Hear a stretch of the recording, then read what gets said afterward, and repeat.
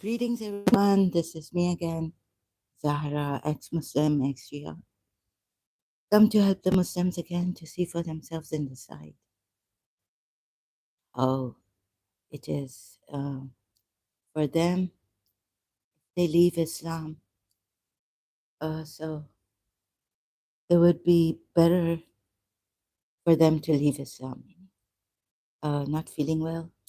Sorry, excuse me, but I have to do this. Last night, whatever I had, uh, it was for real. Nervous breakdown, perpetual. I think I have this religious crisis. I wonder how many of you would understand this condition of mine, still in this religious crisis, nervous breakdown. Okay, so I don't know why I'm saying this.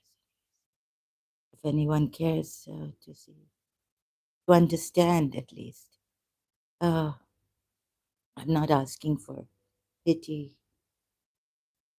just understanding hearts, cooperation. This is not debate. I chose this way. It's quite academic, right? So I was saying before we saw in Surah 3 at 195, I mean, it could have been the word that there was Saeed that's used for evil and distress and sadness and all this could have been that sadness, grief, distress removed.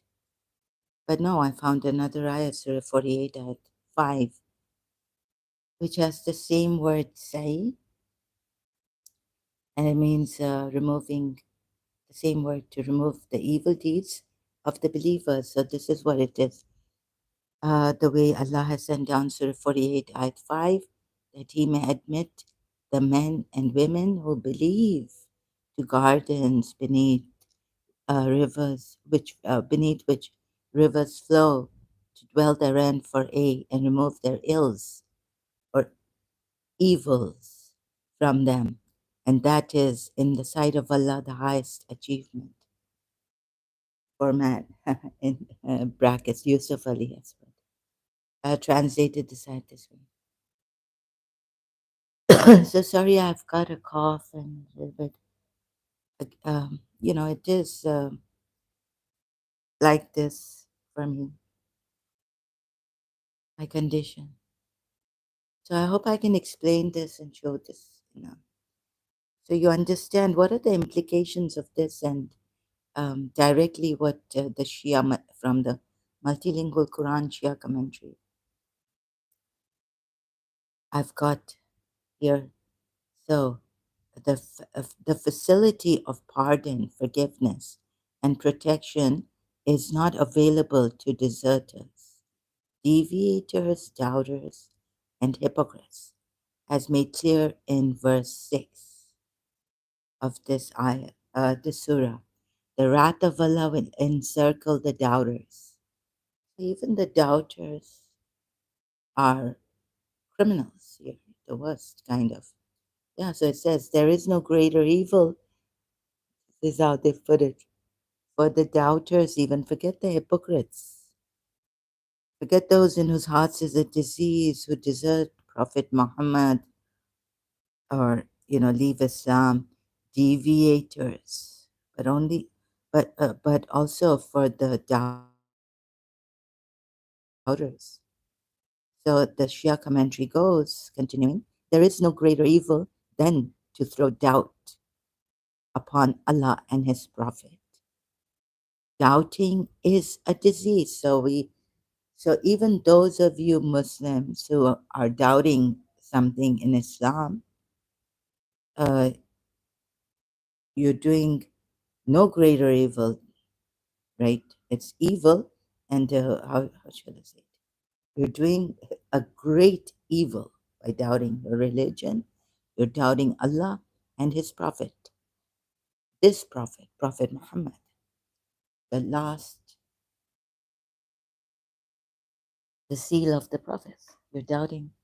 So you're doing no greater evil than this, even as believers, if you doubt it. What kind of a, please see this, what kind of a religion is this? Doubting is a disease, so you come under this category of diseased hearts, like in Surah 33 ayat 60, which takes roots when there is no sakina, tranquility in the heart. So this is their cause of doubting, that those who have no, not the only cause, right? It's not the only cause for doubting. We have evidence that I keep showing you from Quran ayats, contradictions and all. What a terrible thing, really. There is no greater evil than to throw doubt upon Allah and His Prophet. What this? What is this? Verse 6 at 12. What is this? Oh, I'll be going to the Lord. Mercy. If God had put mercy on us, on our souls instead of His soul, and He actually has a soul, right? I made out, I worked out. So I don't know how to get to your very souls or yourselves through an insight. But I'm trying my best here. Have been. Please cooperate. I'm not your enemy. I don't want to hurt you. I wanted to spare you pain as much as I can, and how to bring it to you. And after all, I have my, I wish I could be free from my ego, my me, and so my feelings and passions. But I can't. I've tried my best. So I might get, a little emotional on this, or emotional. So please forgive me. So this is the Shia commentary. There's no greater evil than to throw doubt upon Allah and His Prophet.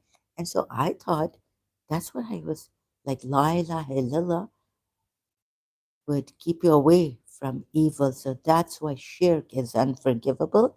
Yes, there's one reason for it, is that you do good and not do evil, right? Another thing is that, yes, the true reality doesn't have, you don't worship other gods, or um, the true reality doesn't have idols or anything like this, right? This is world, universe. This is a creation of Allah. So everything that is, whatever the explanation is, that you should worship only one Allah. So I thought another reason for shirk would bring you like to, it's unforgivable. And the reason for La ilaha illallah is to make you a good person, to keep you away from evil deeds. Now, some of you Shias could be, and Muslims also could be, um, saying, I put myself in my Shia place. And so what is this? Like in another ayat, God says, if you do, like it will come here, right? Surah 6 ayat 12, if you do something bad in ignorance, where is it? This part. He hath inscribed for himself mercy, that he will gather you together for the day of judgment. There's no doubt whatever it is, they who have lost their own souls. Oh, I've taken another ayat. There are two ayats. Say it to lost their own souls. So there's an ayat which says, why Allah has decreed or inscribed upon himself mercy, that if you do bad, let me find that out. In ignorance and then repent. So there are these verses which say if you do if you sin or do bad and then evil, if you do, you repent and you get forgiven, right? So have you have you ever been unsure about this or sure that no, we can't do evil because God has sin is haram. So what about like evil done, crimes, offenses, mischief, all this? If you war against Allah, it's like warring against no.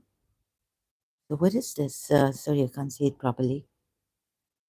Have you ever been sure? Okay, let's put it this way: Shias, Muslims, Sunnis, Salafis, all you. You ever been sure that Allah never wanted you to do evil and you never closely examined these verses, Surah 48 at 5 and Surah 3 at 195, that remove their ills from them, believing, right? And so doubt is the greatest evil. Although, wait, so there are ayahs which say, like, you think that, oh, if you obstinately sin or do evil deeds, you have to repent for it.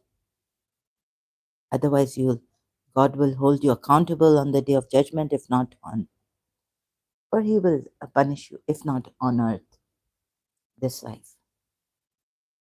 Have you ever been sure, like, and thought you are sure that no, stay, that you must stay away from evil deeds and do good? Al-Mahsinin, be patient, pardon, restrain anger. Anger is haram, like Imam Ali has put it, I think. In what way in Najil Bala? I don't know, but I heard that Imam Ali has said anger is haram. So not even to get angry or hurt people's feelings.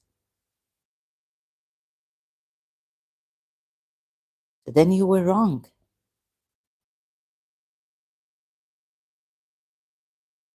You are not. And also think of this, right? It's like a roller coaster, merry-go-round. You are doing, like, you're not protected from um doing wrong, doing evil deeds. Here are the believers. It's not for that time politics, remove their ills. This is general. It's a general admit them, the belief, Surah 48, ayat 5 again, that he may admit the men and women who believe. Yes, here.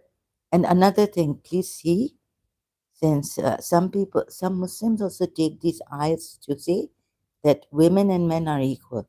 No, in this circumstances, the reward for the believer, being a believer, so Sajwala, G was right, that disbelievers, they may not be, how did he say it so a long time ago in Urdu?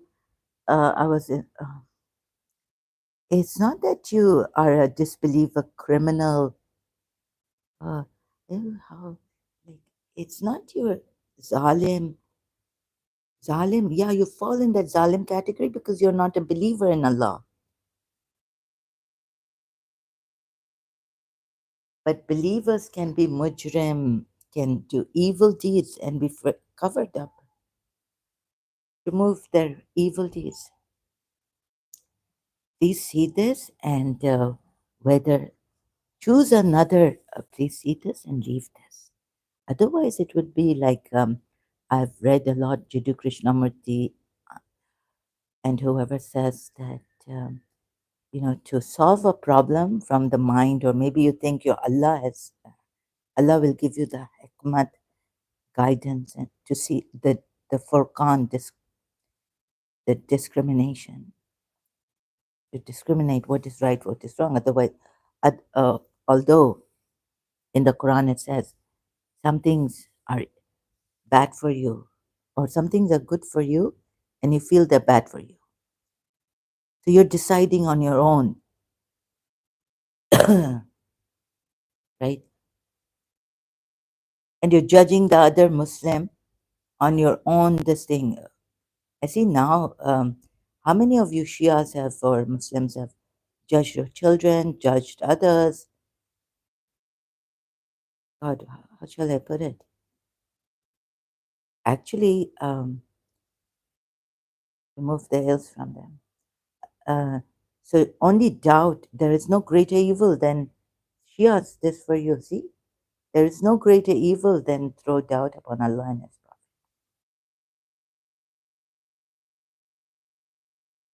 Prophet. Multilingual Quran, thank you, Shia commentary. Uh, where's that one? Just a minute, please. Just searching. Okay, Allah has inscribed.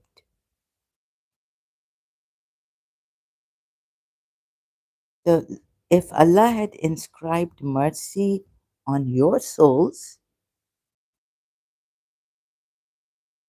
on Himself, Quran.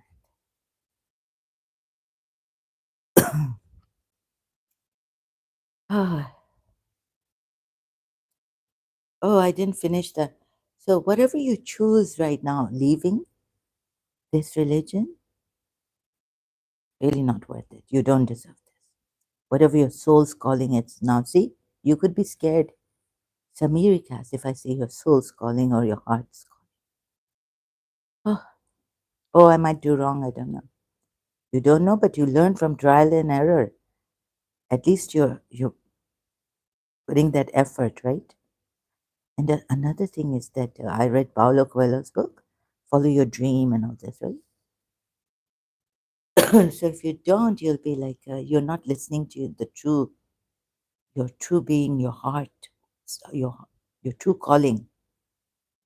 Even if you fail, and the world may throw things at you and say things to you. You know what happens to a person? Like if you follow another and you're not following your own, it could you could become like terrible. It's not healthy for you.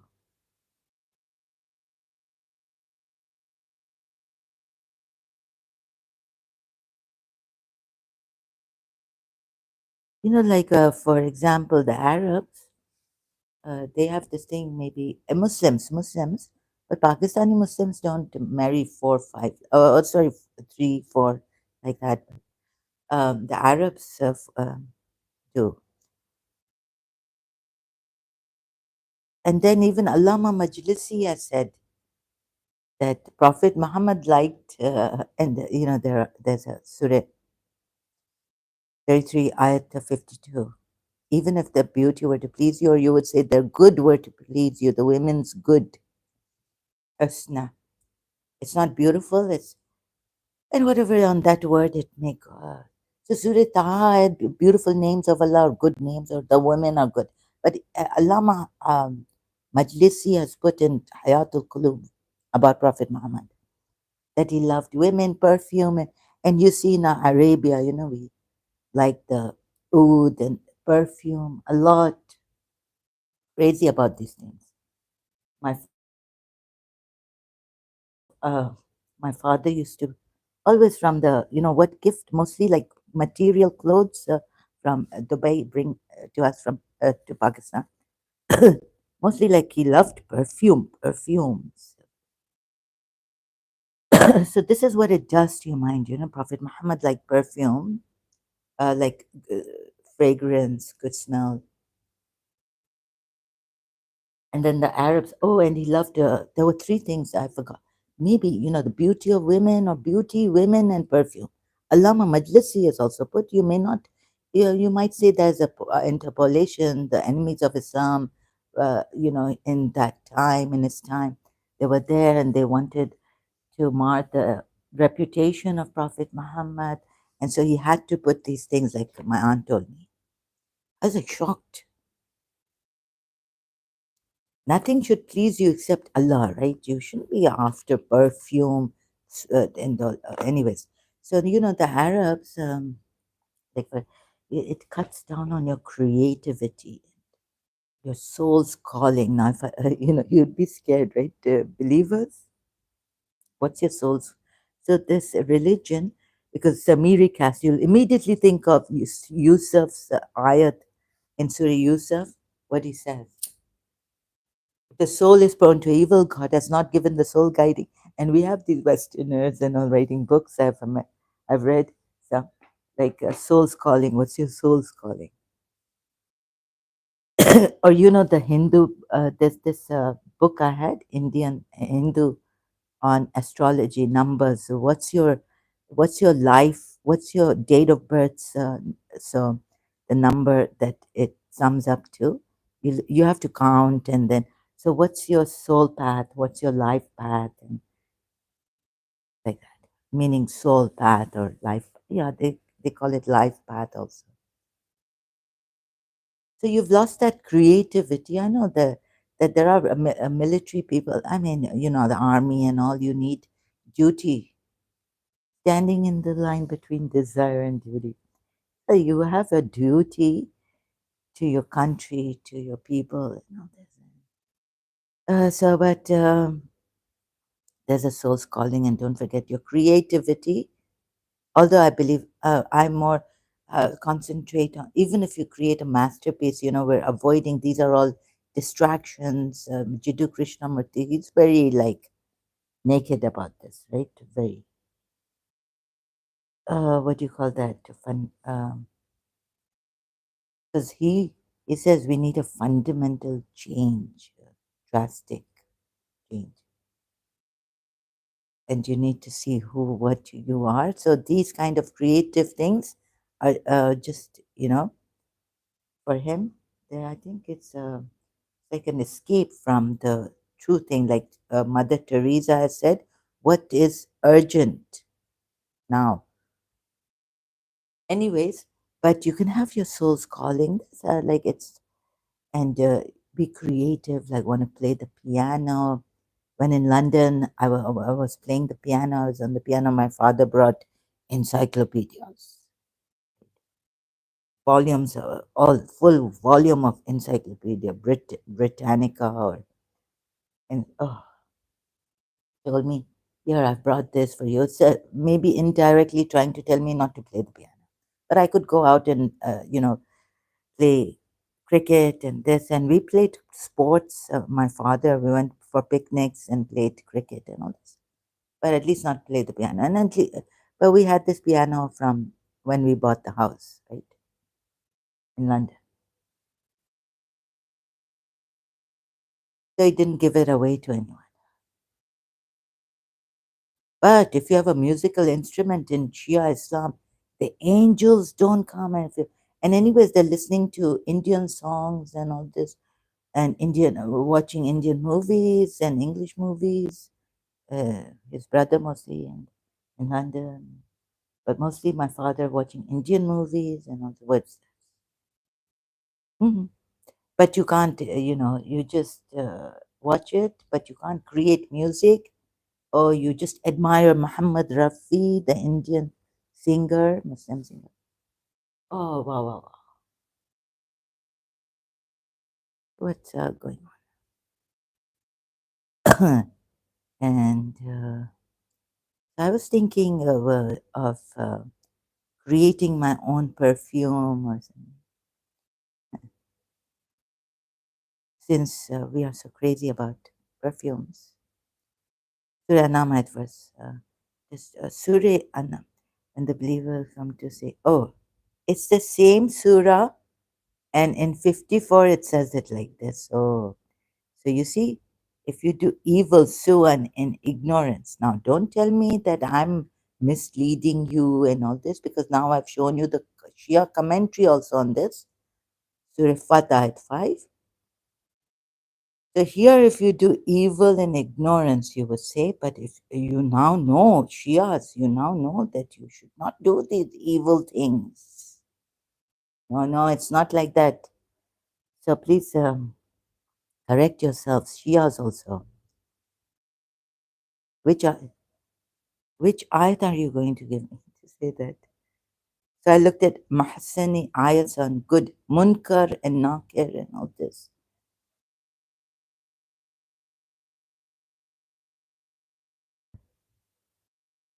And on creativity. So, but no, no, haram, haram. But I will listen to some of you, of course, some of you Shias, you're very good. You don't even listen to Indian songs, no songs, nothing. They're marjas, they're even our religious scholars.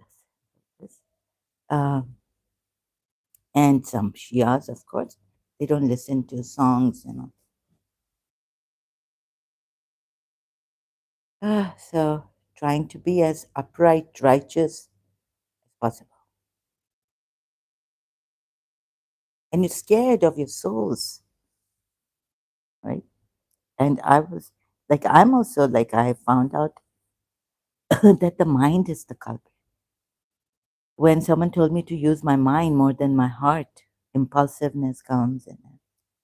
But then I realized, but before that, I was like, oh, yeah. In Urdu, I've written, sorry, couplets too, like prose. ये दिमाग है जो कहता है, like for the mind, I've used brain. This brain says, in English translation, ये दिमाग है जो कहता है प्यार फजूल है, ये दिल है जो कहता है प्यार खूब है. But in Shiaism, so ये दिमाग है जो कहता है, this brain says love is useless. This heart, that heart says that love is खूब, good. That's, I think, a Persian word also, not only an Urdu word. खूब hast. Good, good. So listen to your heart. Follow your dream. And all this you can't do, right? Maybe Sufis, but Shias can't. So you get it? What I mean? In sign language. No, no. Short, short and sweet. So what happens when you don't listen to your heart?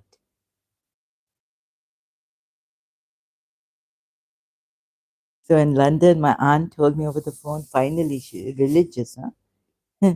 When I despaired, she was saying, it's kufr, kufr, haram, haram. So, I was like, seems like nothing is working. Kufr and nothing is, despair is, Allah says, do not despair of God's mercy in the Quran. So it's a sin. It's a disbelief, so, oh, you have these doubts, God will not help you. But I've given in. I mean, I'm fed up. I mean, I'm in despair, right? No hope. Anyway, so when I talk like this, I don't know how to talk. So I'm not a good talker. The moment I open my mouth, sorry about this. Yeah, I don't know how to bring my good self out, nice and polite and all this.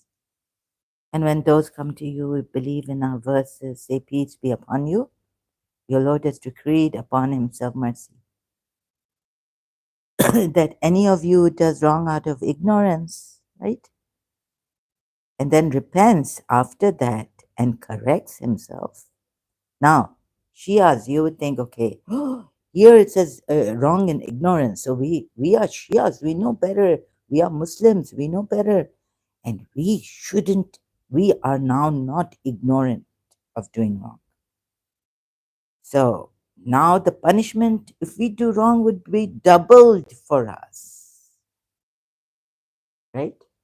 How many of you, Shias, Muslims, Sunnis, all believers have taught this? Taking this ayat or, another like this one. right? So, and then, oh, we're not supposed to do any wrong, even, right? Evil, so on, wrong, evil. But then, if you have done wrong, you see, don't miss this ayat. So, this ayat, oh, I should have put this ayat rather than in Surah 6, same Surah 12. Now, what about this? Surah 48 ayat 5. Meaning, he may admit believing women, men and women in gardens and remove their evil. Excuse me. So, Allah covers your evil. Oh, haven't you heard? Because I've heard Shias that if you cover someone's sin, Allah will cover 70 times over. So human rights gone in. Why is if I complain, someone else will tell me, cover the sin so that Allah can cover your sins. Cover the sin. Someone's done wrong to you. No, don't some. This also goes on, right? So this, God knows. And so what has happened? You see, what has happened then is this that I found recently. What has happened is you become the vigilante, like for example, right? Another example. So here we go on such a serious matter now. What's the punishment for blasphemy? Dr. Shahzad Salim. Watch the video here. Okay, I'm going to not watch the video, show you the video, but read out. Dr. Safiya, every now and then we read a story or we watch on television a Muslim group, punishing somebody for committing blasphemy. What is your take on blasphemy? What does Islam say about blasphemy? Dr. Shahzad. Well, to my understanding, the Quran and any authentic hadith is devoid of any mention that blasphemy is punishable by death. Now, some of you Muslims are like this because generally people think that blasphemy is something which is punishable by death. And for how long have these Muslims been thinking like this? So that people get killed for blasphemy. Vigilantes by Muslim vigilantes, right? Yes, blasphemy can be checked by laws that can be made. But generally, the perception. So even that hadith, change your religion, if you change your religion, kill them. See the perspective which Dr. Shahzad has looked at it in the perspective, it's different from the general Muslims. But generally, we get into trouble, we get punished, we get threats, ex-Muslims. And for how long? See, this is what has happened in this very serious case. Like you take the law in your own hands, and generally you think it's death penalty for blasphemy. But generally, the perception which the Muslims people have in this regard is that whenever a person commits blasphemy, then the only solution is, or the only way forward, is to put him to death. Right now, this is something which is not found in the Quran and not in any authentic narrative of the Prophet. That's what he has said. But is that hadith? Isn't that hadith authentic? So let's go. Let's find out more about this. That if Prophet Muhammad's hadith, that if you change your religion, anyone who changes the religion, kill them. What I can say is that as far as the Quran is concerned, not a single verse speaks that people who blaspheme against the prophets of God have to be put to death. There are actually two narratives. So whoever you are killing, but you're killing them, you're putting to death. Sorry, you're taking their lives. You are doing a crime, even against your religion. You haven't understood your religion. You think you have understood it? Oh my God. There are actually two narratives or two hadiths which are taken. I mean, they're made the basis of this punishment. The primary one, I would say, is the hadith which says, which is the narrative, which narrative has gone on for so long in Shia also, which says if a person becomes an apostate, then you will kill such a person, which says, oh, sorry, okay? And our classical jurists say, oh, the classic, say that when a person blasphemes against a prophet, against a prophet of God, then he becomes an apostate. And apostasy is punishable by death. Huh, even classical. So, for how long have you been punishing anyone who says against any of the prophets? They are apostates. Any Muslim believer. And if a non Muslim does so, then because of the fact that he's a protected minority in an Islamic country, then he loses that protection, I think, in that case. He loses the protection and he goes to the original state in which he was to be punished. Goodness. Neither of this is in conformity with my humble understanding. So look at the stakes are so high for those people who are, according to your religion, not even blaspheming. I mean, if they're blaspheming, they don't deserve this punishment. Only leave it to Allah, those who believe that, Muslims who believe that. Then there's the second hadith, which means that if you abuse or blaspheme against the Prophet, then you should be put to death. Yeah, there are hadiths, and he accepts that. As far as this narrative is concerned, this is extremely inauthentic. That's what he says. Now, your own Muslim saying this, it does not go back to the Prophet. It cannot be ascribed in an authentic way. So please stop it. For smaller crimes than this, I was saying in Pakistan, I should go door to door.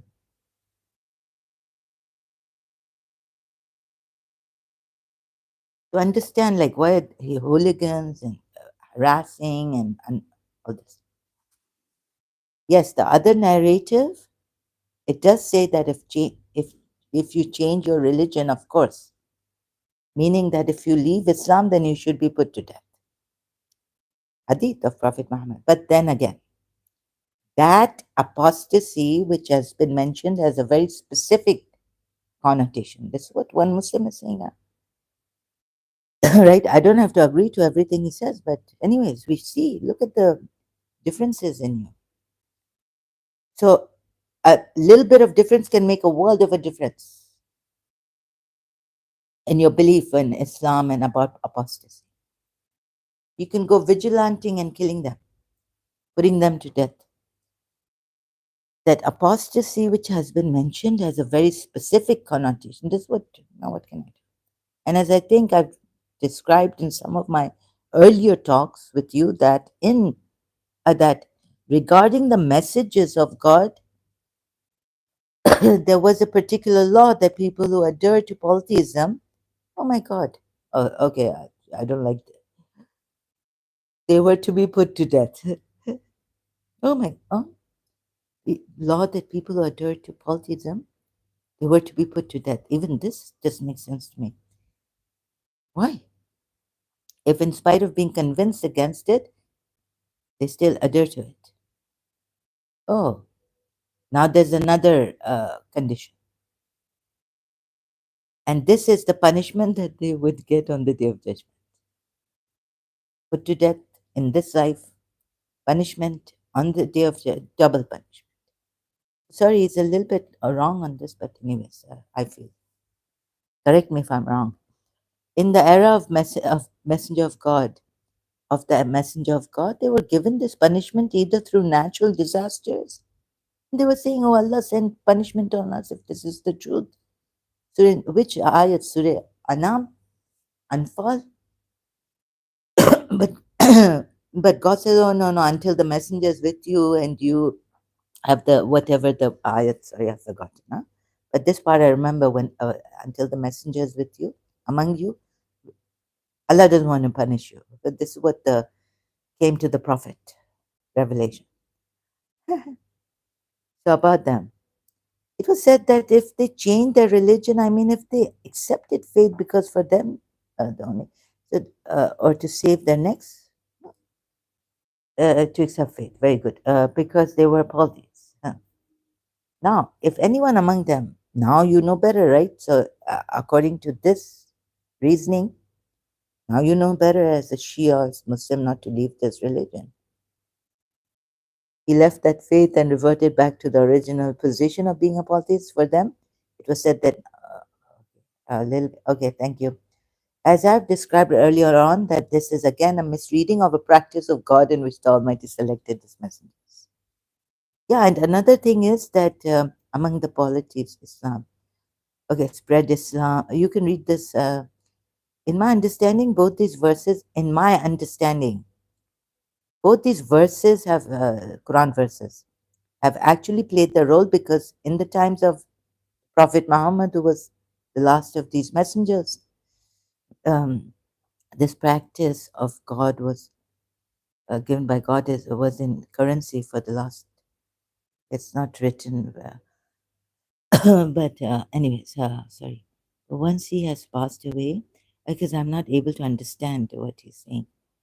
But so it's a transcript of his lecture. You can go and watch it on YouTube.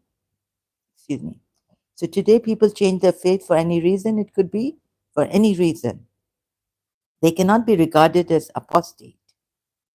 And so today, even people, he's given a reason. If they blaspheme against the prophet, so you see, you need to, even if they blaspheme against the prophet, you need to see, ask them, what exactly are they saying? Are they mocking him? Are they obstinate about after him? But if they find proof, you can't do anything against them, against Prophet Muhammad from your own books.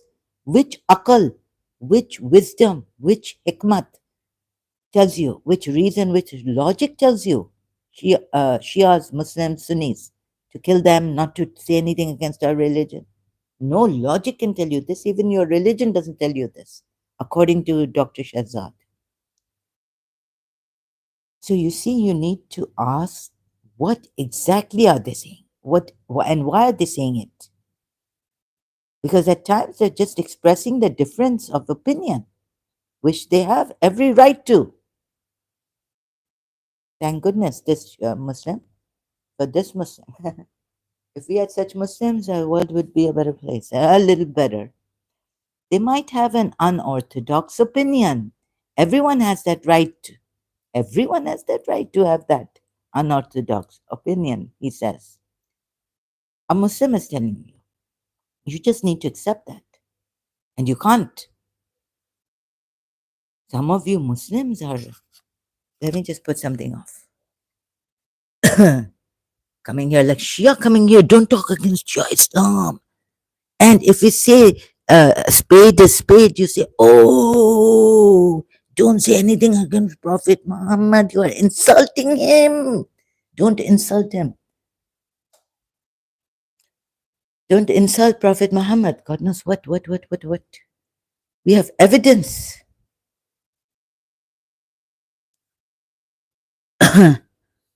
I think this Muslim would agree with me that we are not insulting Prophet Muhammad.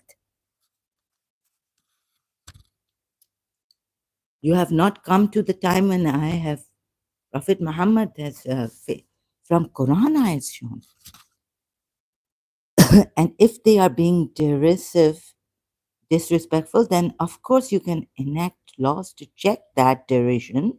But at the same time, you have to realize that punishment of death is ordained by the book of God in only 2 cases.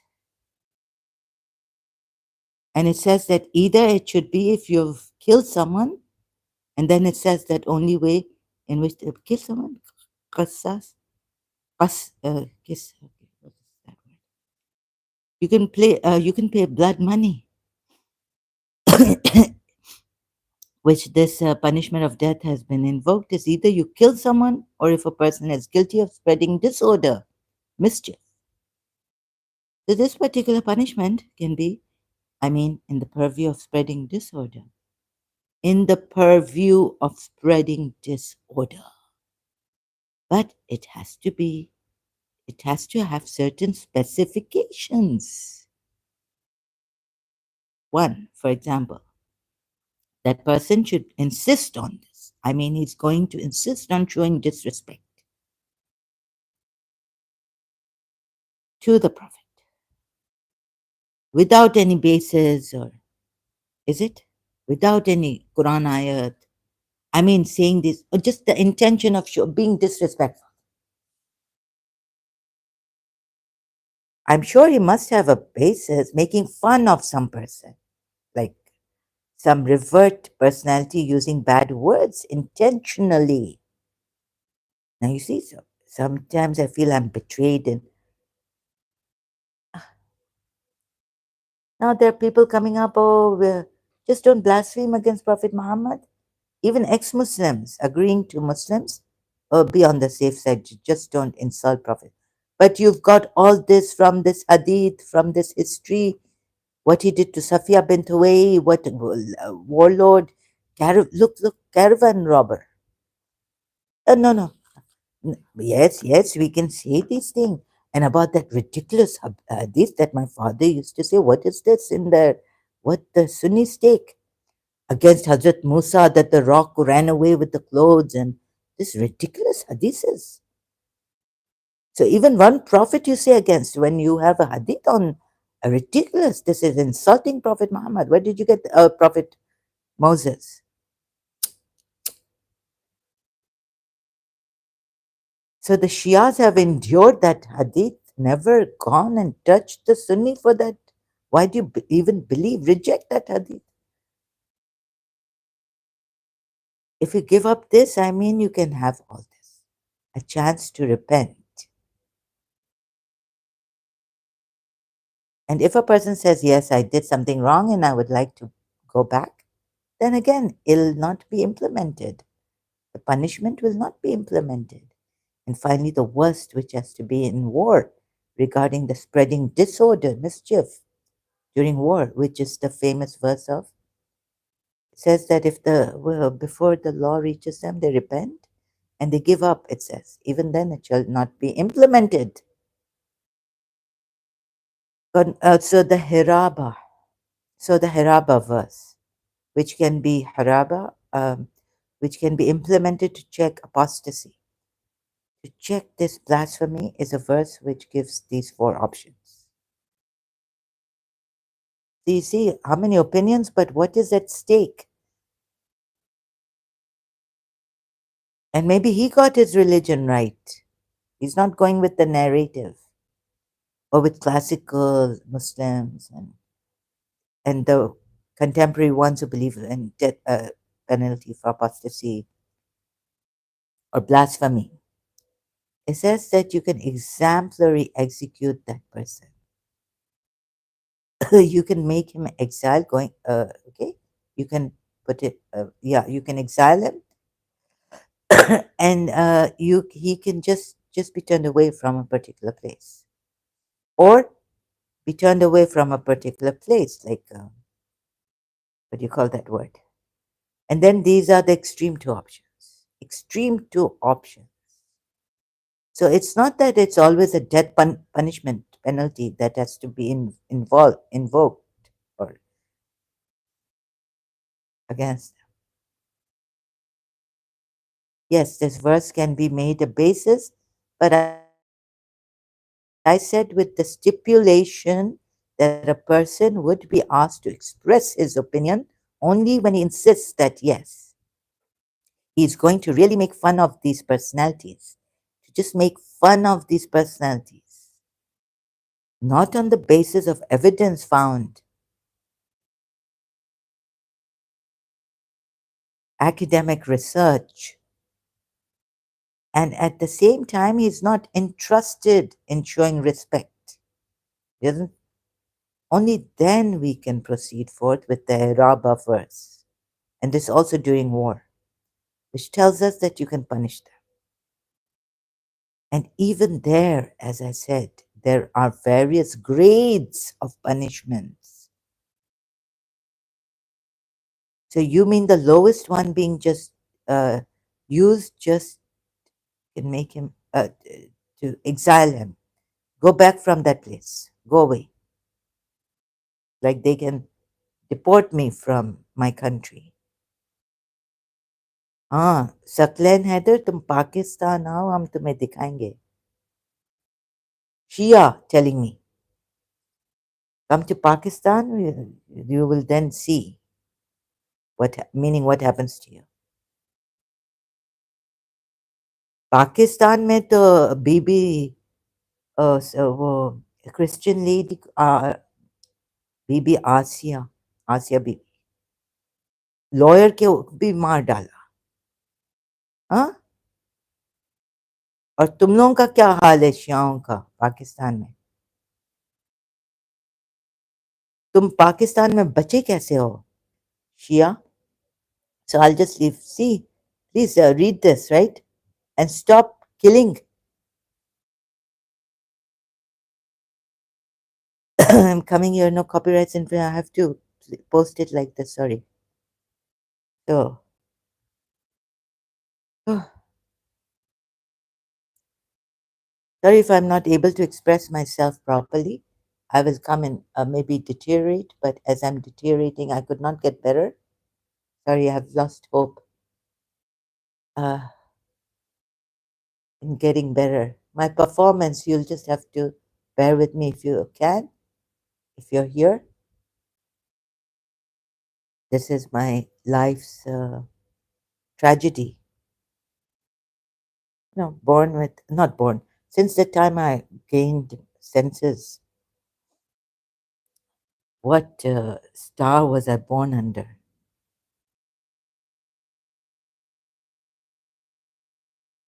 Acha, in Pakistan, huh?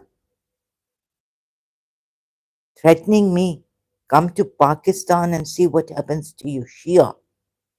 You already in Pakistan, what's happening to the Shias in Pakistan, right? You see that? I recently read not Amnesty International, but you know what's happening in Pakistan against the Shias. Another, like a whole documentation book. This year, that year. Oh, I downloaded.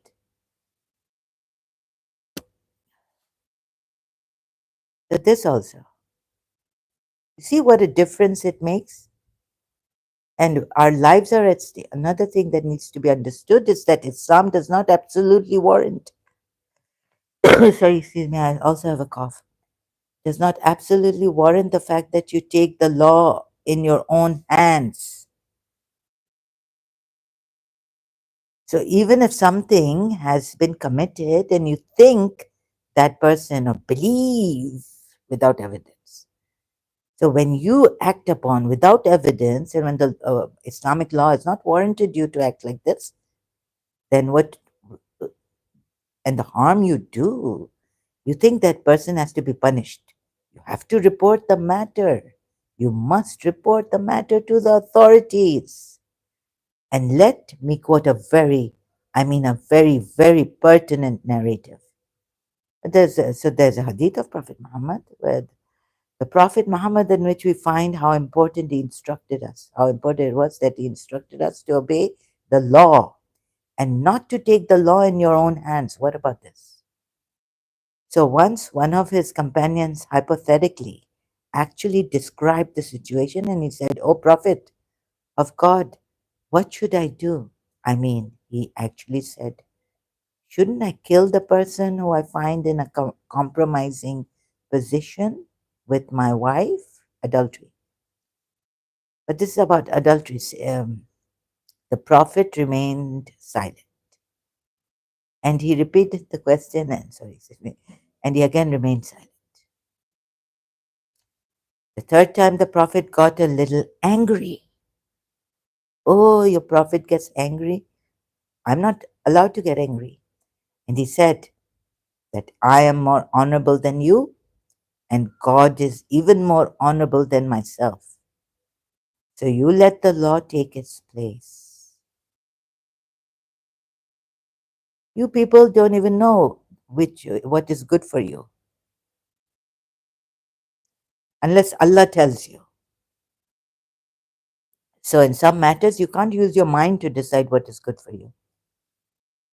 You have to do, and if the answer is not in the Quran or in the, then you have to consult your in the Hadith. Then you have to consult your religious scholars or do your own work, study, and find out an ijma when the mind can be used. Even if a person is in a position that he is to decide how, and you take istikharas, even for marriages, like, shall I marry this person? It's this person. You don't know about that person, right? But you know, marriage is a sunnah of Prophet Muhammad. You don't know if this person is good for you or bad for you, or that you are good for this person or not. You take istikharas. I mean, taking liberty with your own wife. Well, this is about the wife, but what about, okay, I'll just, I mean, you don't have the prerogative. You're not the queen to have the prerogative. You're not, sorry, you're not to strike off his head. Even then, you have to report the matter to the authority. So, thank you. So, such is the importance of law in that let the judges decide, let the lawyers have their time to, trial and all this, proceedings take place. Even the secular system must be not laughing, like they've lost their heads or what, because of what extremists are doing, ISIS, and the importance of law, that even if there is something that you think has taken place or people have been disrespectful to the Prophet, SAWS, source, before even that law procedure is started, right? Sorry, I cannot, because I've realized how he's betrayed us, trying to get the Shias, my heart. I mean, it's hurt. I'm hurt deeply. What is done to the Jews and all the polytheists. Your duty is to report that person to the authorities, and then they have to take care if any law has been enacted. So I think because of the fact that all these things have been jumble, mumble. So you're killing vigilantes and all the, and it's more of a vigilante justice. That takes place in which people take the law in their own hands. People, Muslims, for how long? And against their fellow Muslims, Shias, in Pakistan, where persecution, this Dr. Safia. I'm just wondering how these punishments became so popular. How is it that so many Muslim countries are enacting these punishments for blasphemy? See, it's become so when? So, this is a great question, Dr. Shahzad. That is because you see, for them, apostasy is punishment, which is still practiced. Oh, for them. So, but why for them? Why for most Muslim countries and all? So, like Saudi Arabia and Iran and many other countries, even in Pakistan, we have apostasy as a hud, which means a punishment for a crime. Crime. Yeah, so you can punish us for the crime, but your evil deeds Allah can remove. Surah Fat ayat 5. And even then, some of Muslims are so sure to become vigilantes. Even the Shia coming here, Saqlain Haider. My goodness. recently. So if they think that a person has committed blasphemy, for them, it's like apostasy. Hmm? A Muslim committing blasphemy. And apostasy are punishable by death. So as ex-Muslim, oh, see, came to the, so that is how they take it to be. But I think now apostasy is punishable by death.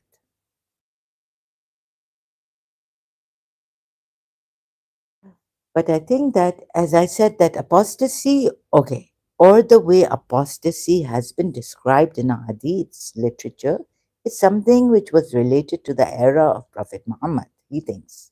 And it related to people who had already become worthy of being killed because of the insistence on polytheism, not anything mischief makers or not evil doing evil deeds, just because they were they insisted on being polytheists, not even breaking treaties and all this. See? So Surah Tawbah, please don't tell me coming here, oh, I haven't read this, I haven't read that. Your history behind this, that. I've read everything, the important parts, and I got it. And so, just for insisting that they want to remain polytheists or they want to go back to polytheism, maybe. As I read it, and I thought, I'm going back, or, I'm leaving this, and maybe if I even went to Hinduism, and it was their diversion back to polytheism, which was said. It was described. Even Jews at the time wanted to leave him because the ones who became Muslims, and then they said, no, no, we see something terrible because you had already become worthy of this punishment. So not oath breaking, just going back to polytheism, they could be killed. They were killed, death penalty. So your original punishment is now revived on you. This is how it was in the times of the Prophet. This narrative is actually describing that particular situation and is wrongly being extrapolated. So what? And this you're doing the Allah. I मुझे नहीं पता था. I didn't know. You've killed a man thinking apostasy, but kill them. Blasphemy, kill them. You've killed a Muslim also on, oh, he said this about Hazrat Aisha, kill. Beat him up. Allah, maaf karna maine. And his life is gone now. Where? And maybe, no, sure to, Allah will remove your evils from you.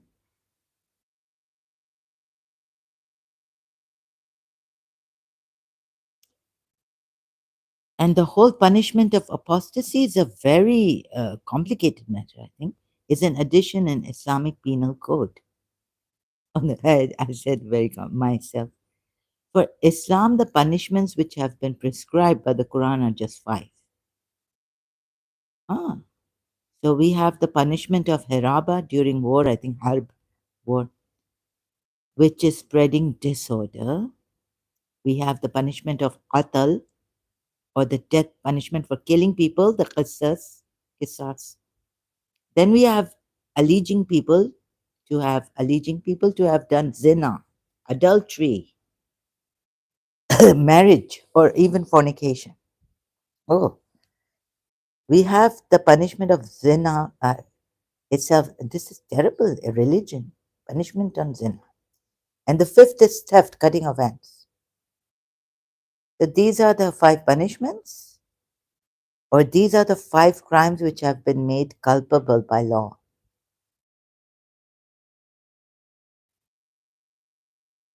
We don't find blasphemy being mentioned there. Yes, it can fall under the purview of the hiraba or spreading disorder, but then with all those all those stipulations, in a contract, what is stipulated, which I just referred to. So under such circumstances, you have to see what circumstances, what clauses, what this, like a contract, stipulations. So please stop this. Stop punishing. Stop threatening people, Muslims also. Shias also. Okay. So how many of you still believe Shias also? And you're now, please take multilingual Quran, open it to this. Thank you, multilingual Quran. Surah 48 ayat 5. See the commentary, Aka Medipuya and Ali, Aka Puya and Ali commentary. There's no greater evil than to throw doubt about Allah and His Prophet. No greater evil. Now, your Shia could doubt, have doubts like I had doubts. When I had doubts, I said to be on the safe side. What if this Allah turns out to be true? I better stick to this religion. On what if? Because scary, right? एक तो कब्र के अजाब punishment दुनिया में तो like I'm not doing a job at that time I wasn't कब्र के अजाब कब्र you know every hair strand snakes are going to but I'm dead body but I will feel it then what else yeah so just you see this is how this religion has made you stay in this religion or convert people. Very cleverly done. Like, you see how he's given you the bribery, but using Allah. Doubters, no, it. See? Allah, you that he may admit the men. Well, what's the fourth ayat? What? This is very interesting. I never looked at it, really examining it recently. But Surah Fatah was on the Jews who, Allah bichare, hypocrite Jews. You will be, excuse me. Sorry, so if those fasting, I hope I don't, but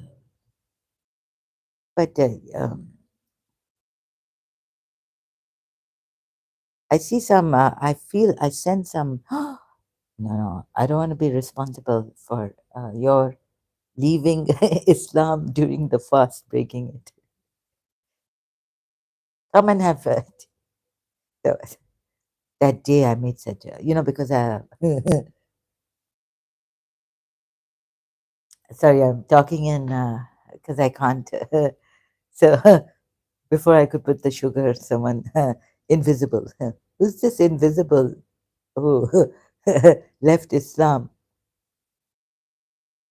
No, I'm deluded. Okay, so I didn't see anyone, but I'm giving the cup without sugar tea, and that tea was so delicious. I have to praise my own tea that day only.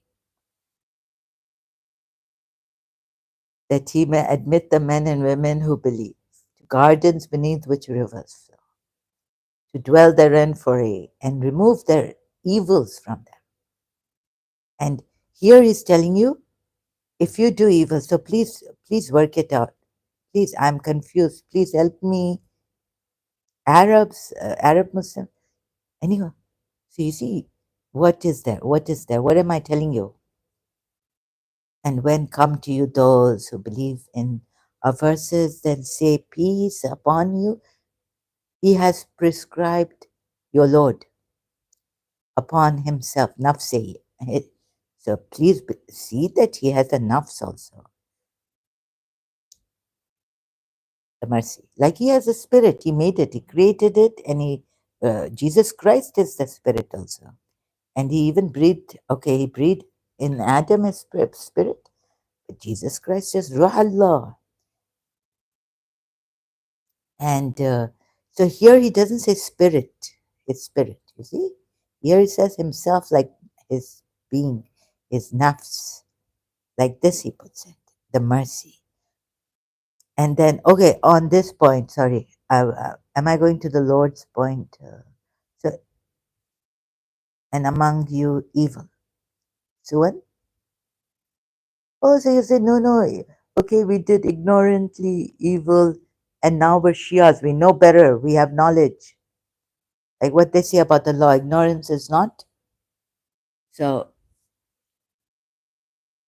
now, since you are a Muslim, you can't do evil, but you've done evil in ignorance and then repented and turned back from it after it reformed also. Aslaha reforms, and then indeed. So please don't forget Surah Fatah, right?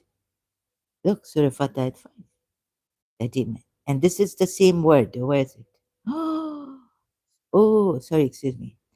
So, since I lost, since I was separated from my teacher, I had this, I was in a perpetual nervous breakdown. It's getting worse and worse. It got worse.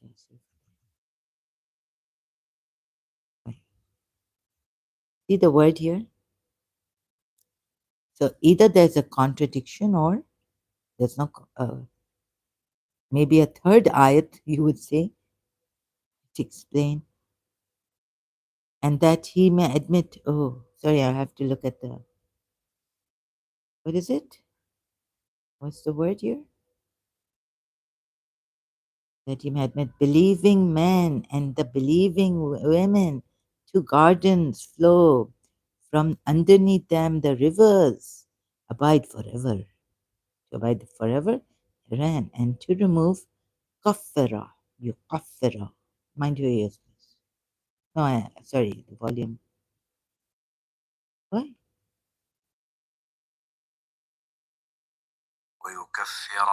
Kaffara, right? Covering. It's from kafir anyways, but to remove. Okay. From them their misty sayyatihim. Say is the word. Evil deeds. Evil, evil, evil. And so please give me a third ayat and give me other ayats. Like explain to me. I know it's going to take some time. I'll try. I'm searching. But for now, I know as a Shia, I thought, no, no, no, you can't do evil. Now you're not even ignorant. You can't plead ignorance. You're a Shia. You should know the laws. What's the third ayat? Or explain to me step by step that you're not supposed. Or this is a contradiction against that also. Surah Anam, ayat 54, I think.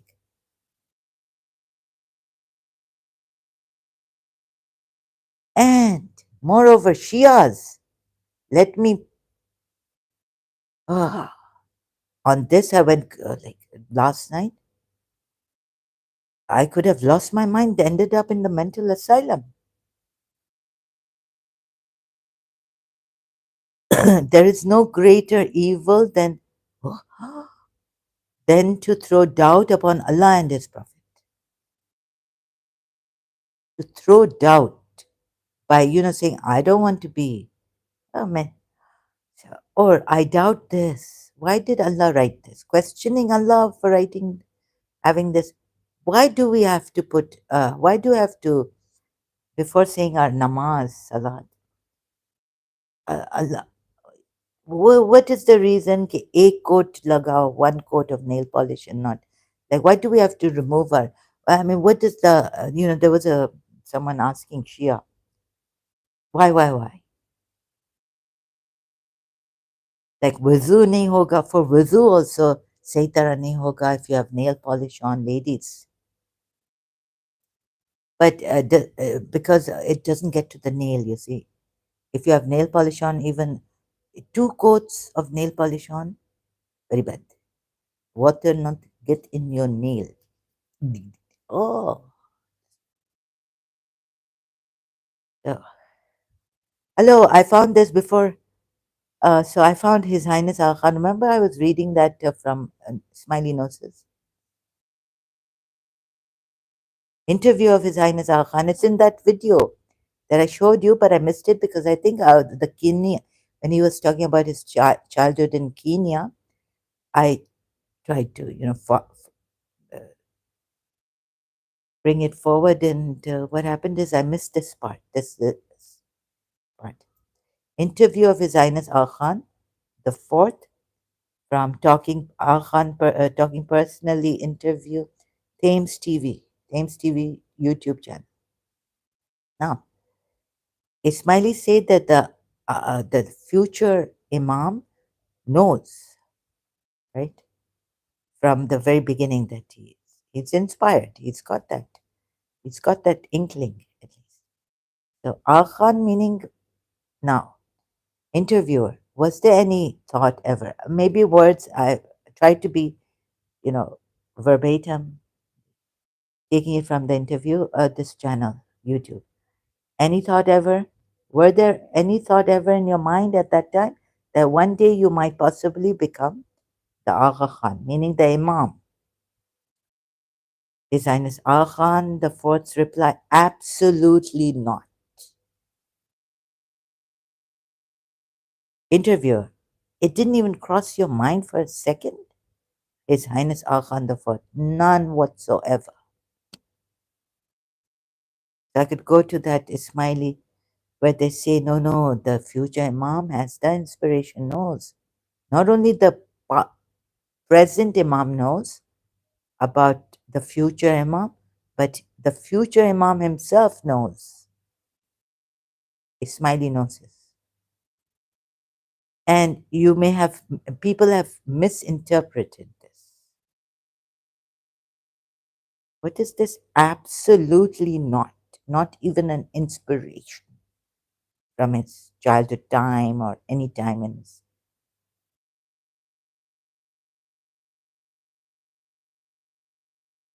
It didn't even cross. And he's an Imam right now. His grandfather has passed away, right? Why does he need to hide it publicly when you are saying it publicly on website? Ismailis. Sorry to put it this way to you.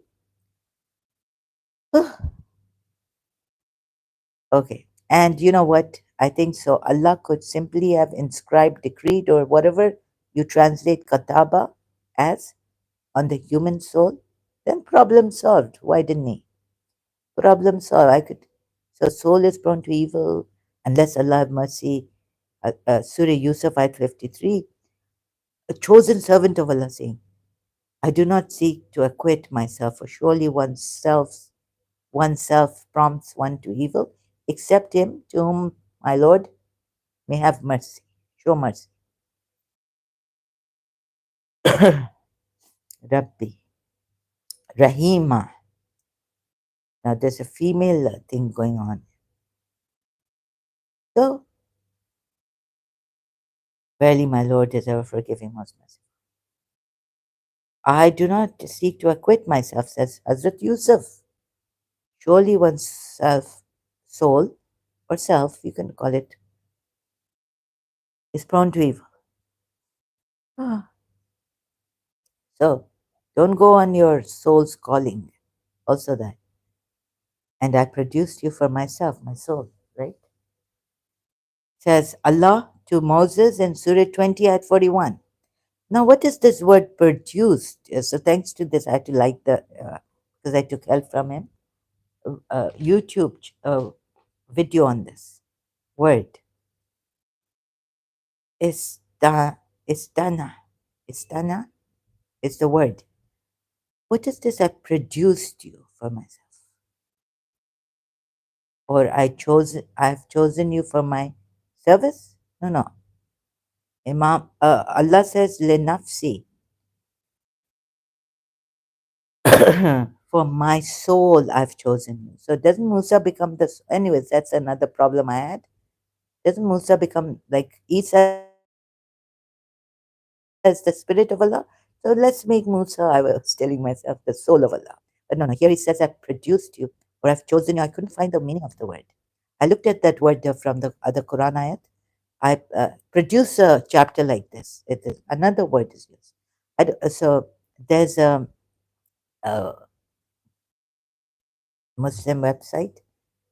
I can show where I went to. I can't show you here because it's. You see, I was produced. Ah, here it is. Here it is. Istana. Ah, Noman Ali Official Baina. YouTube channel. One word with Adam Jamal. Acha, his name is Adam Jamal. What is this word istana? Produce.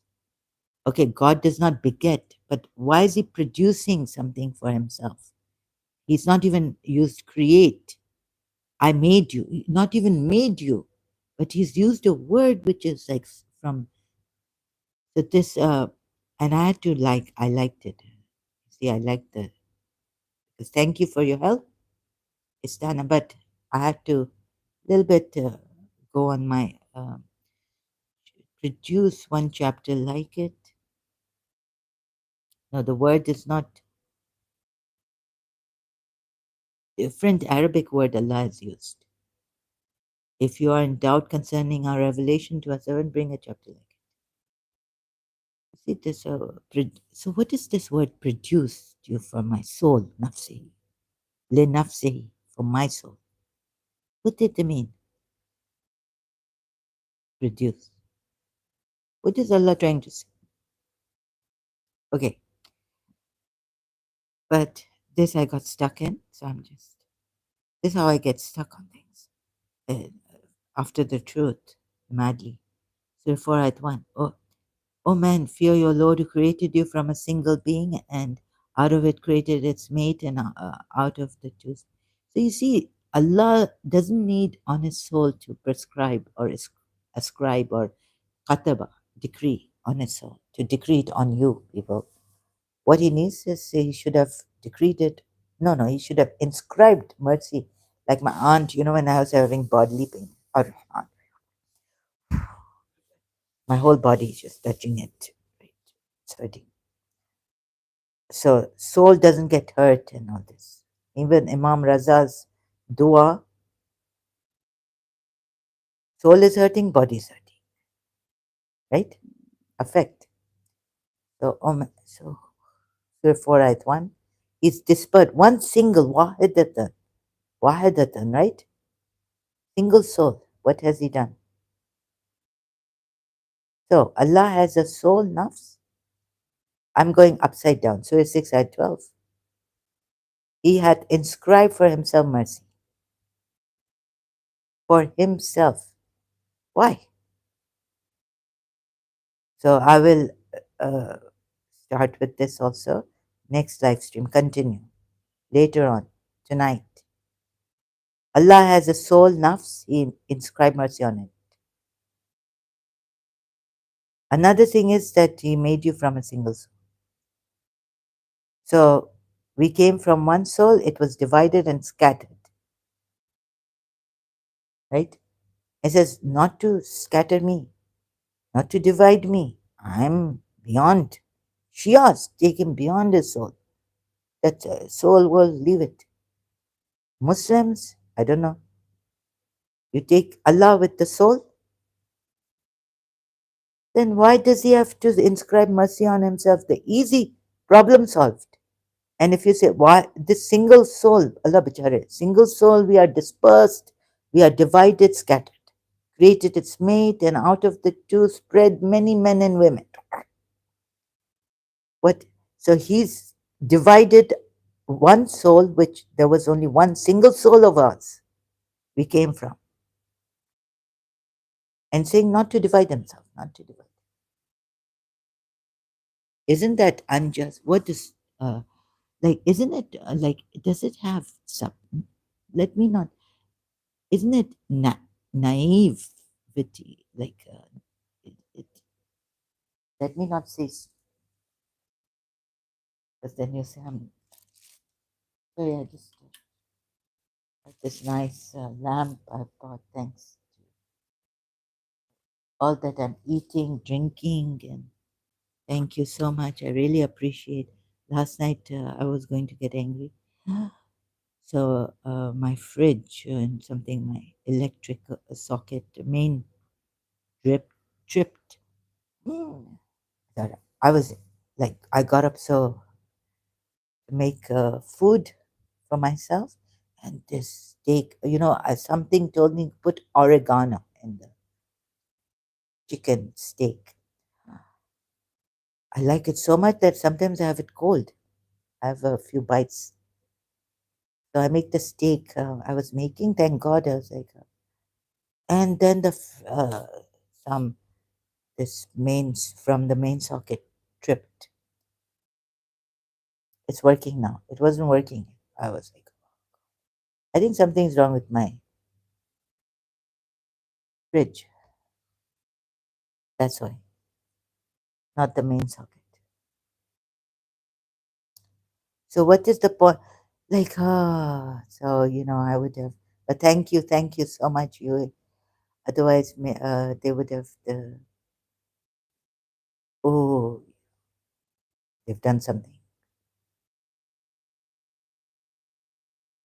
They want to kill me, and oh my God, I was enjoying making. Thank God I've gotten up. I was thanking God making my s- chicken oregano chicken steak.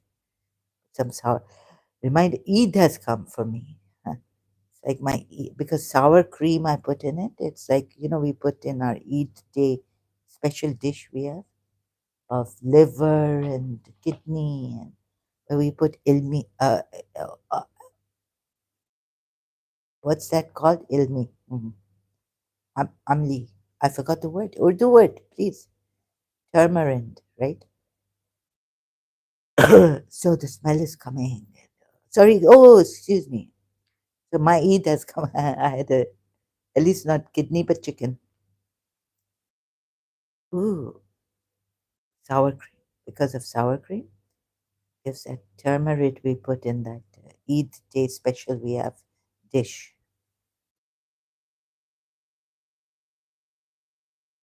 Oregano.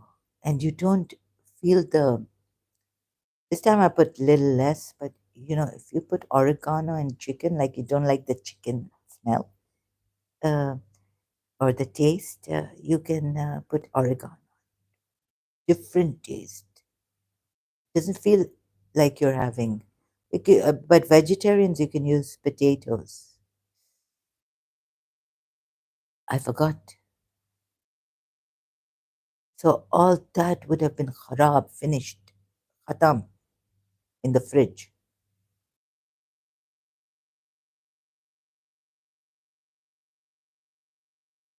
Ah, so, when you're not well, where to go? So more nervous breakdown. You can't move it. I can't move at that time, right? Ah,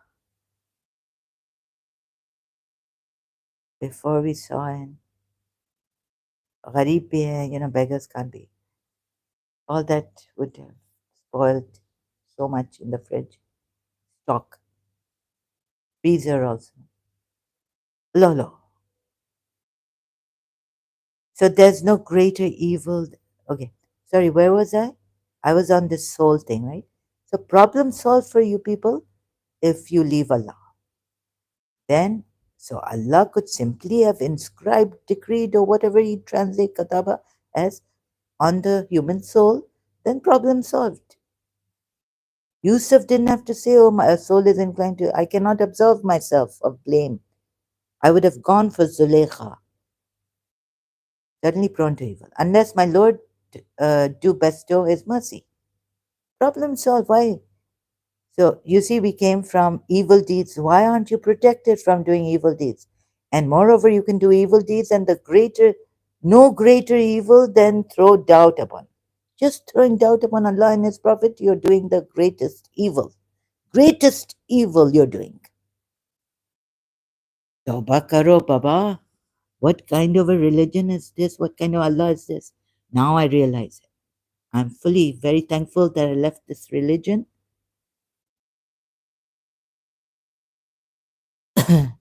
Listen to your heart.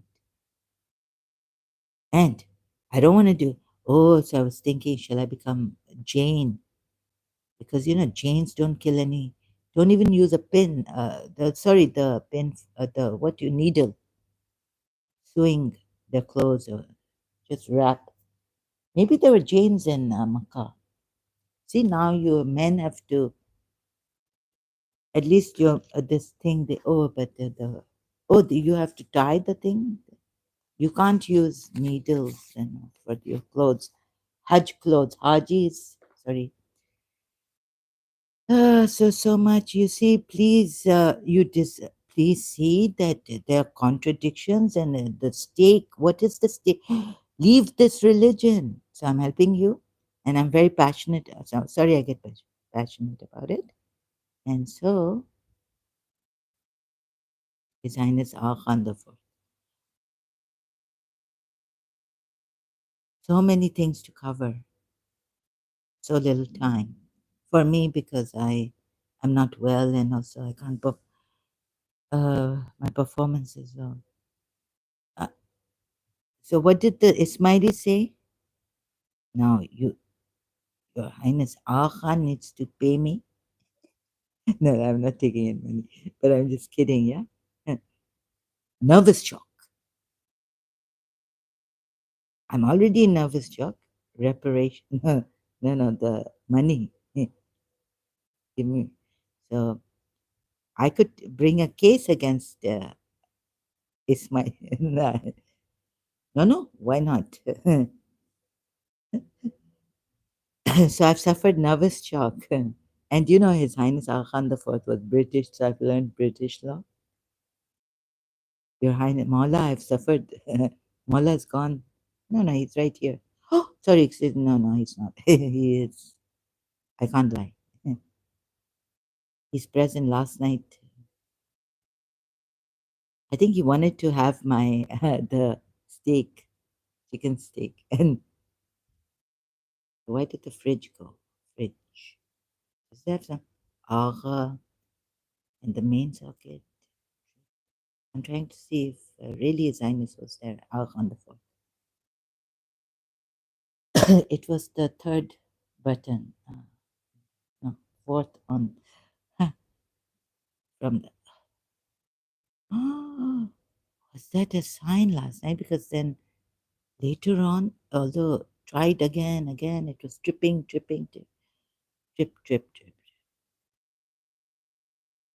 Where's that smiley noses on this? So I read in my previous live stream. I've opened so many. Can't find it. So they say the Ismaili remarkable skills of Syrian. When did I open that? Oh, I can't. I hate searching. May Ujibul Mustaraza. Dua wa yakshafesu. That's removed from me my distress. Quran ayat. When the Lord commits succession. Oh, here it is. Oh, I miss it. So as bad as I am, somewhere I got it right. It's this. Sister, where does it say?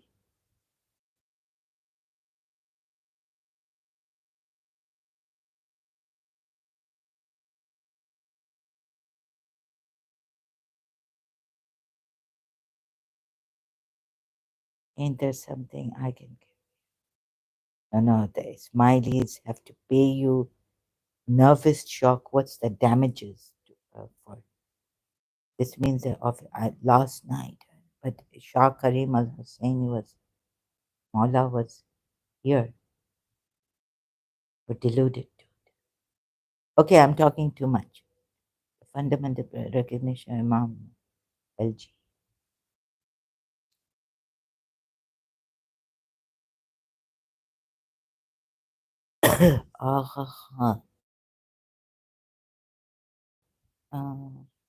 Fourth. I have to go look at my fridges number, or what do you call that? Model. Oh, it has four or something. Maula Shakari.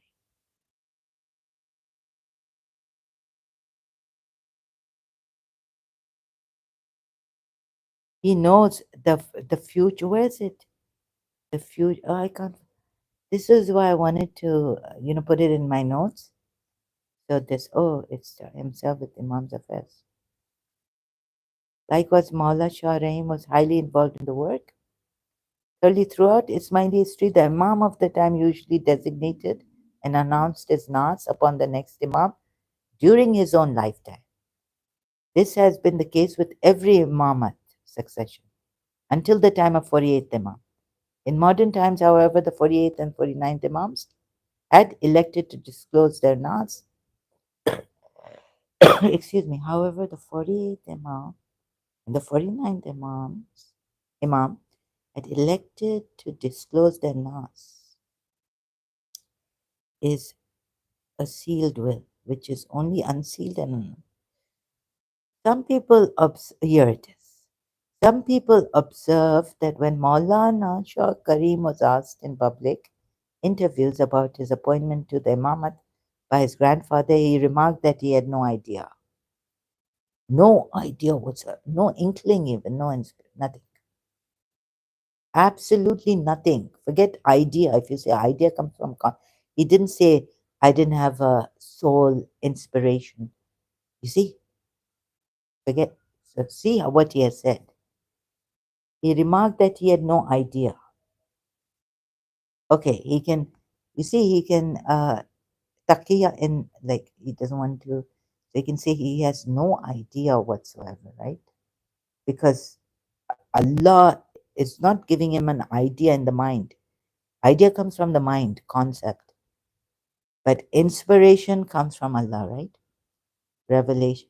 They interpret this, you see, I didn't. This as evidence that the Imam does not know about his own imamat until the will of the prior Imam is read. So it says his grandfather, 48th and 49th Imams, had elected to disclose their Nas in modern times. Because Shah Rahim is the 50th Imam. But look, excuse me. Now the interviewer asked, was there any thought, yeah, ever, yeah, in your mind? Oh, yeah, this, he can say no, no, yeah, no thought whatsoever. Thought, no.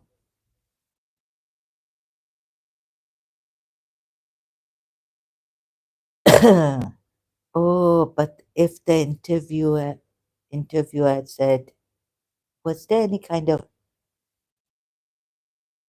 inspiration, feeling, inkling, even an inkling of that feelings? Oh, the interviewer missed this. No, no, thought, no way, absolutely not. It didn't even cross your mind for a second. See, the interviewer is using the mind. You're right. None whatsoever. I'm wrong. You, I was wrong and you were right. So here somewhere it does say inspiration Imam has, the future. Maulana Shah Rahim did not know about their own imamat for some 24 hours. So hypothetically speaking, if the new Imam never knew about his own appointment until the disclosure of the Nas in the unsealed will, it would follow that Maulana Shah Karim and Maulana Shah Rahim did not know about their own imamat for some 24 hours after the prior Imam passed away. However, the Imam takes over the office of Imamat at the very moment the prior Imam passes away. Maulana Shah Karim has also said in a farman made at the Silver Jubilee homage ceremony 25 years ago this day, close to midday, my grandfather passed away, bequeathing to me the imamat which was passed over to him by the previous imam, representing the Noor of Ali, which today is in me as I stand before you. Khan the Fourth. This means that the office of Maulana Shah, you're telling me I have, sorry, Maulana Shah Karim Al Husseini Al Khan. This means that the office of Imam, someone is here, invisible force, is bequeathed to the new Imam at the very moment of the prior Imam passes away. When the at the very moment the prior Imam passes away. Sorry, I'm not reading it properly. Thus, Shah Karim acceded to the office of Imamat on July 11, 1958. Knowledge. The Imam right observes, okay, impossible. It is impossible and contradictory that the true Imam was unaware that he is the Imam for 24 hours until the will was read out while also functioning as the Imam of the time during the same period. Right? It's impossible. It is impossible that just skipping fundamental principle, is ignorant of the fundamental principle. No, it's not ignorant. No, Ismaili Tariqa of Islam. Okay, not Imam. So he is not ignorant. The main purpose of disclosing Nas' sealed will by the recent Imam is to inform the Jamaat and the public of the identity of the next Imam. The most secure certain way. The will is not read to inform new Imam or Jamaat public identity. No. Imam knows by inspiration. Nas. Future Imam.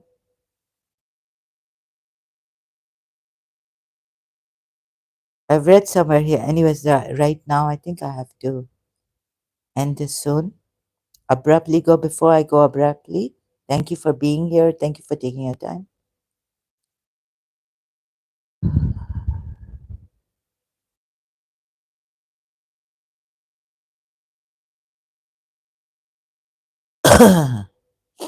Excuse me. This is about discretion, verifiable, objective religion.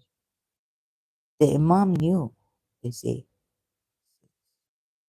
Thank you for being here. Human beings should succeed.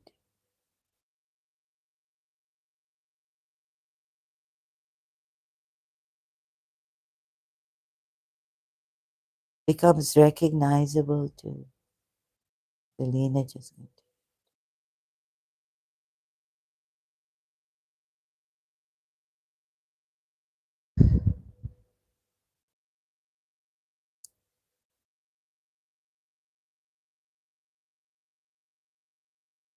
No, it is not.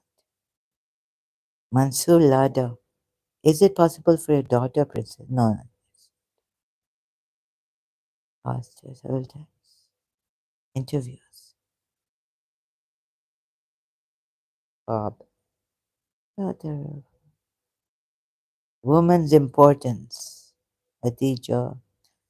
I thought this. Okay. I can't find it right now. So this.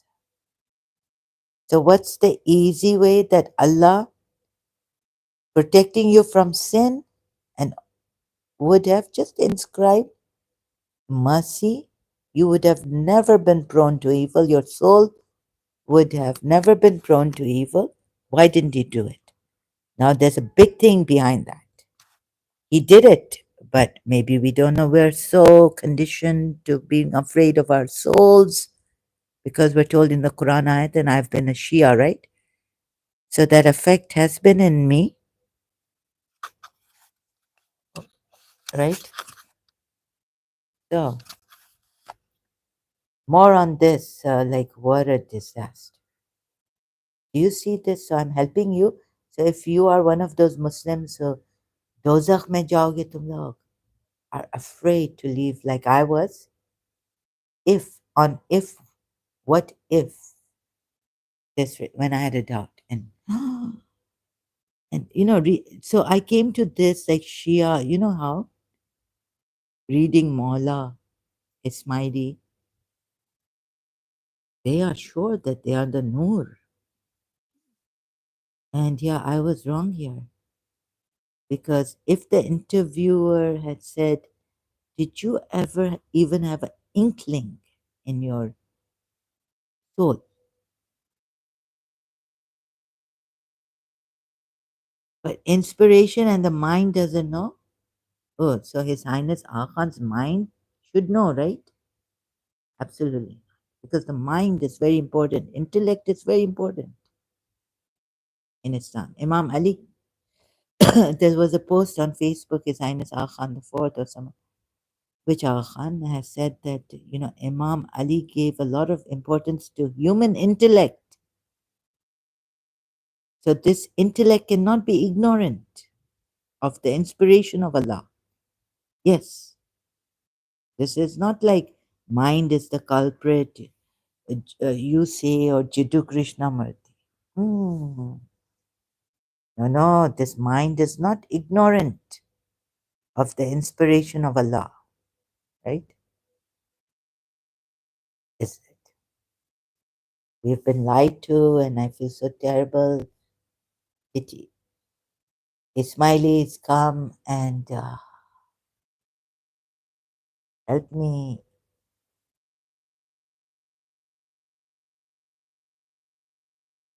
I feel like a victim, so sorry, betrayed.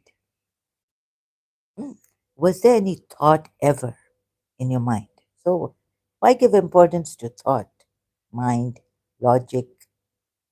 Forget it. I've been betrayed. I feel so betrayed. Absolutely not. You see, this intellect must know.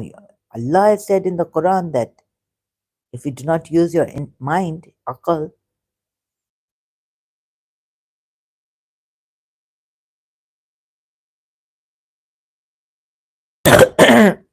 so His Highness Aga Khan should have corrected him that, see, my mind didn't know, but my intellect didn't know, but we get inspiration and then please tell us, open cards, right? But now the Ismailis are like I found out. So publicly you're saying that the future Imam knows he's an Imam. It didn't even cross your mind for a second, like none whatsoever. His Highness. Thank you, Thames TV, YouTube channel. Allah Thames. ITV is Thames TV, BBC One, BBC. When I was there living in with my family a long time ago, Thames TV. Oh, I have this terrible, like I miss London and nostalgia. It didn't even cross your mind for a second. So when the inspiration of Allah is there, that you are the Imam from the sperm time. If, so the present Imam knows, future Imam knows. So it should cross his mind, right? So no, yeah, I can't use that the mind doesn't know of His Highness. I can't use that my own thing. That no, because Allah's intellect is very important. We give a lot of my father Akal, Allama Rashid Turabi's majlises. Akal, very important. Don't use your feelings, emotions. Use your akal first. Akal.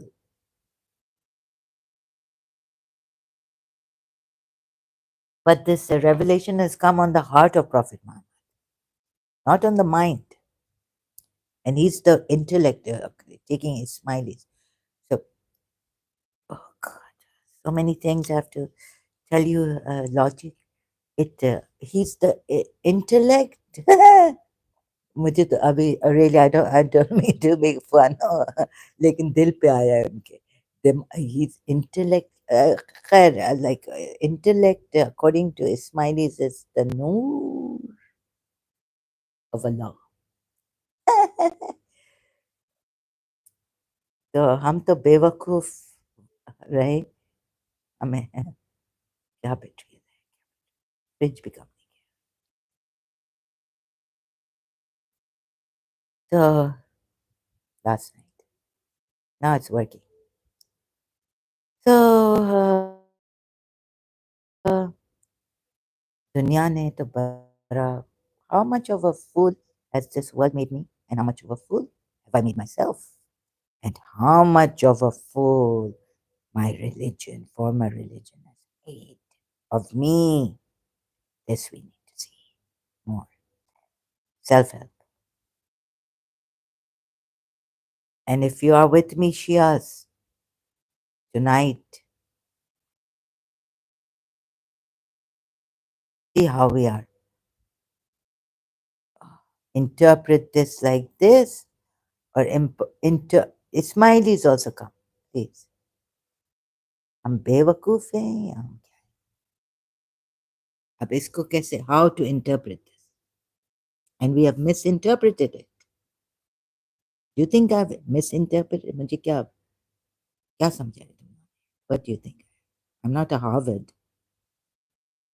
but I studied law in Wolverhampton University.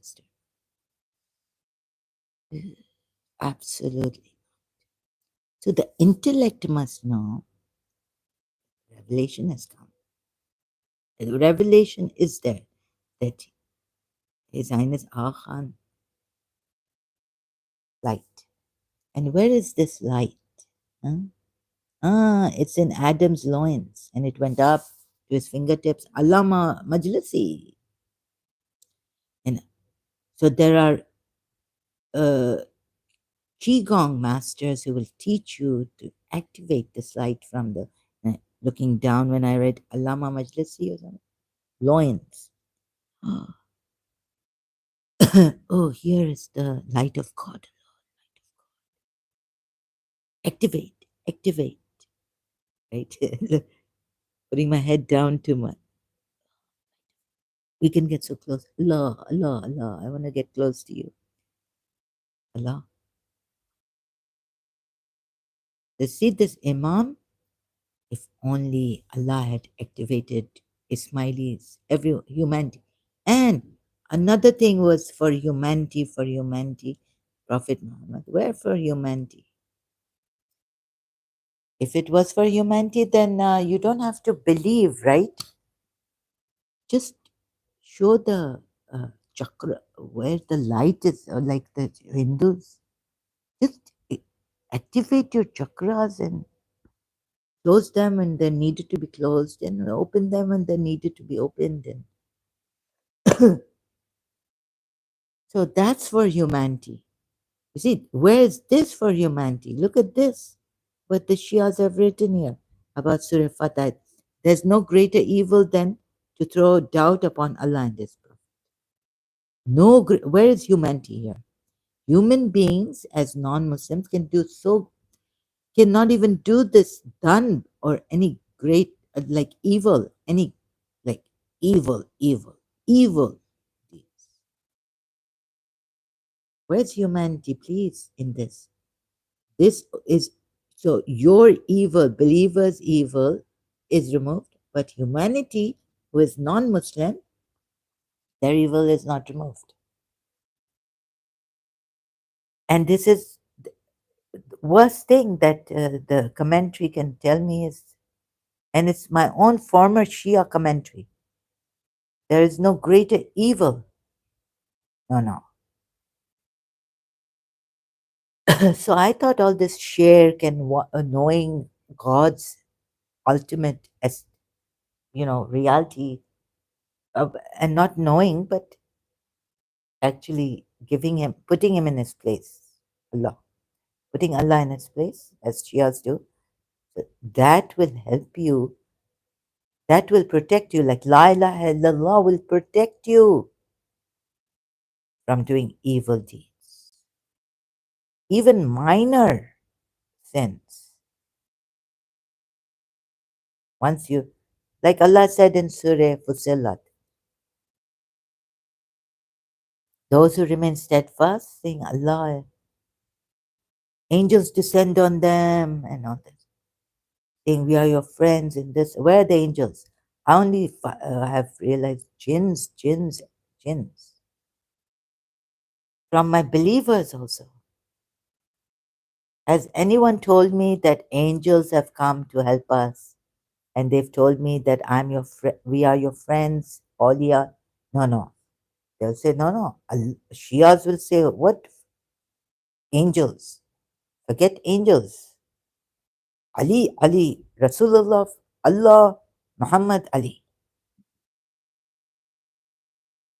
Wali, right? And how come they only make Ali the Wali? When Allah is your Allah, they make Allah. They don't make Wali. But how come they only like call Ali as Wali when Prophet Muhammad is also Wali?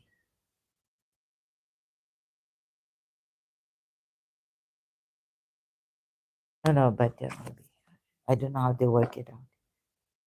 Surah Maida at 55. Many things, many questions. So I had enough. Have you not had enough? Are you still scared? No, no, let it be. We are souls. We don't know what's good for us. Allah tells us. So I'm not a good talker. Um, Allah has a soul. He inscribed mercy on it. So shouldn't He have inscribed mercy on this single being, single soul? Surah Nisa at 1.